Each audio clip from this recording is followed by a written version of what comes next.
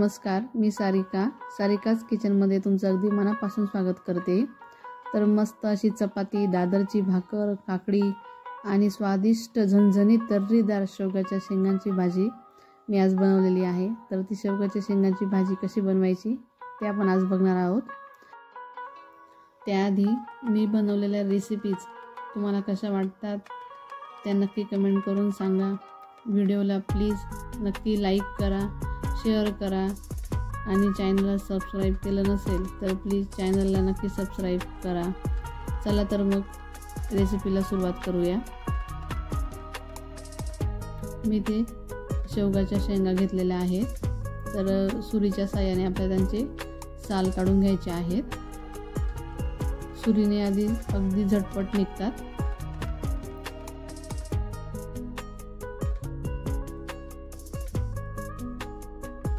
तर मी आता सर्व शेंगांचे साल काढून घेते।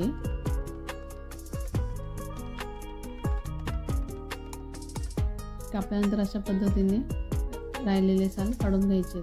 बघू शकता छान निघाले।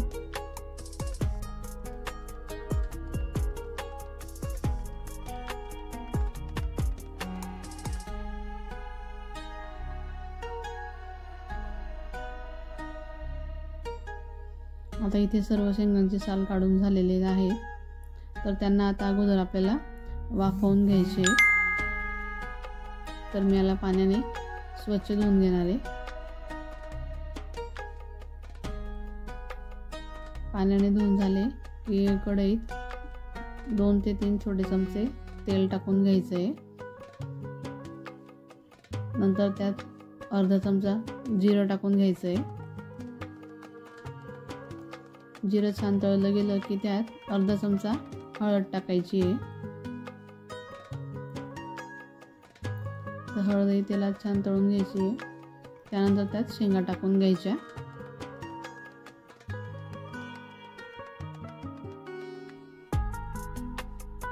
चवीनुसार मीठ टाकून घ्यायचंय। आता हे व्यवस्थित परतवून घ्यायचं। नंतर त्यात थोडंसं पाणी घालून शेंगा आपल्याला शिजवून घ्यायचे आहेत।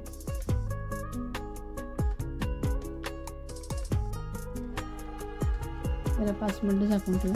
आता भाजीच्या ग्रेव्हीसाठी आपल्याला लागणार आहेत 2 कांदे। तर मी इथे कांदे चिरून घेते। बारीक नाही, जाडसरच कांदे चिरायचे आहेत। या अशा पद्धतीने पोळी करून घ्यायच्या। आता इथे लागणार 1 टमाटा, त्यालाही मी चिरून घेते। त्यानंतर लागणार आहे लसूण,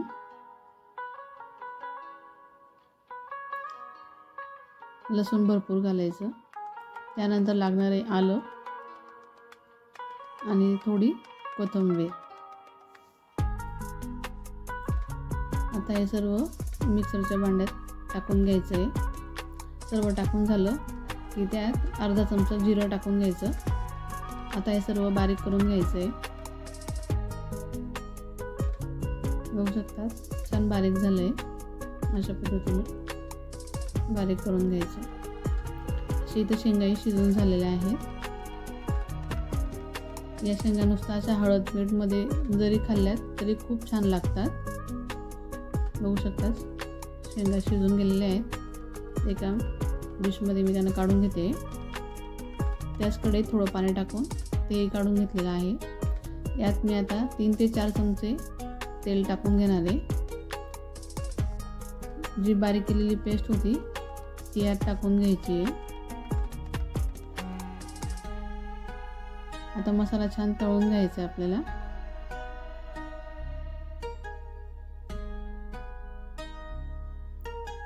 मध्यम आचेवर मसाला तळून घ्यायचा आहे। तेल सुटेपर्यंत तळायचं आहे।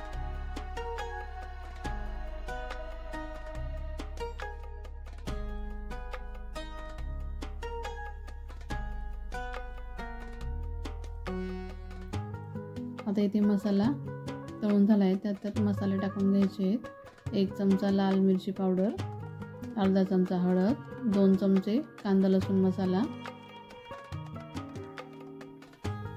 आणि अर्धा चमचा गरम मसाला। आता हे मसाले सर्व व्यवस्थित मिक्स करून घ्यायचे आहेत।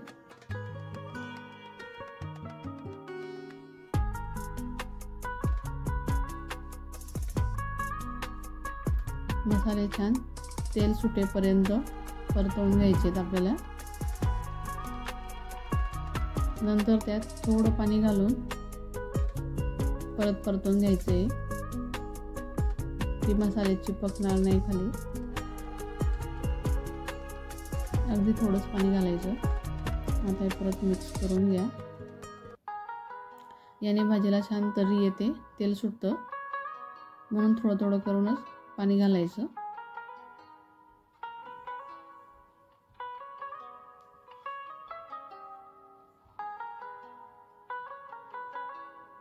बघू शकता तेल सुटायला लागले हळूहळू. आता तुम्हाला हवं तेवढं पाणी तुम्ही टाकून घ्याल तुमच्या क्वांटिटीनुसार.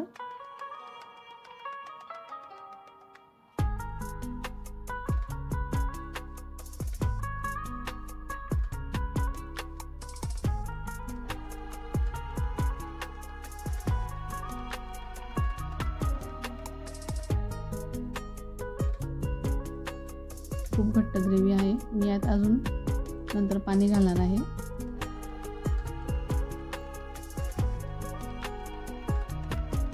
तर त्यात आता आपल्याला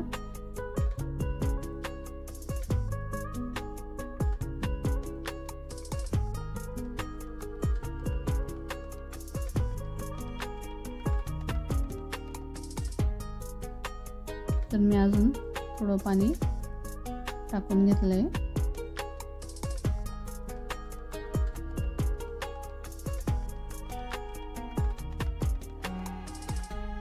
बघू शकता खूप छान भाजी झाली आहे. आता यात आपल्याला शेंगा टाकून घ्यायची आहे.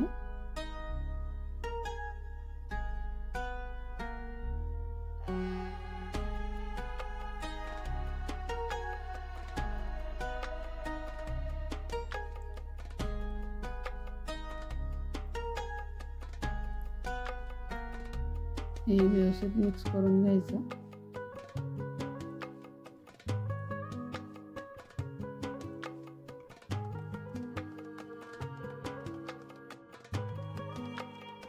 आता यात मी अजून थोडं पाणी टाकून घेणार आहे.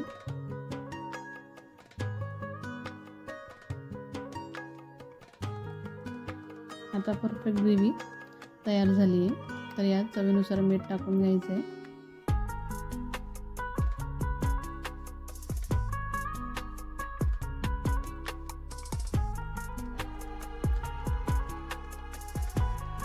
नंतर त्यावर मस्त अशी कोथिंबीर टाकून घ्यायची आहे.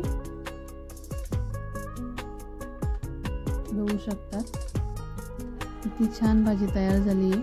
भाजीला छान तर्री देखील आलेली आहे. तर झणझणीत तर्रीदार शेंगाची भाजी तयार झालेली आहे. तुम्हाला ही रेसिपी कशी वाटली ते नक्की सांगाल आणि नक्की ट्राय कराल.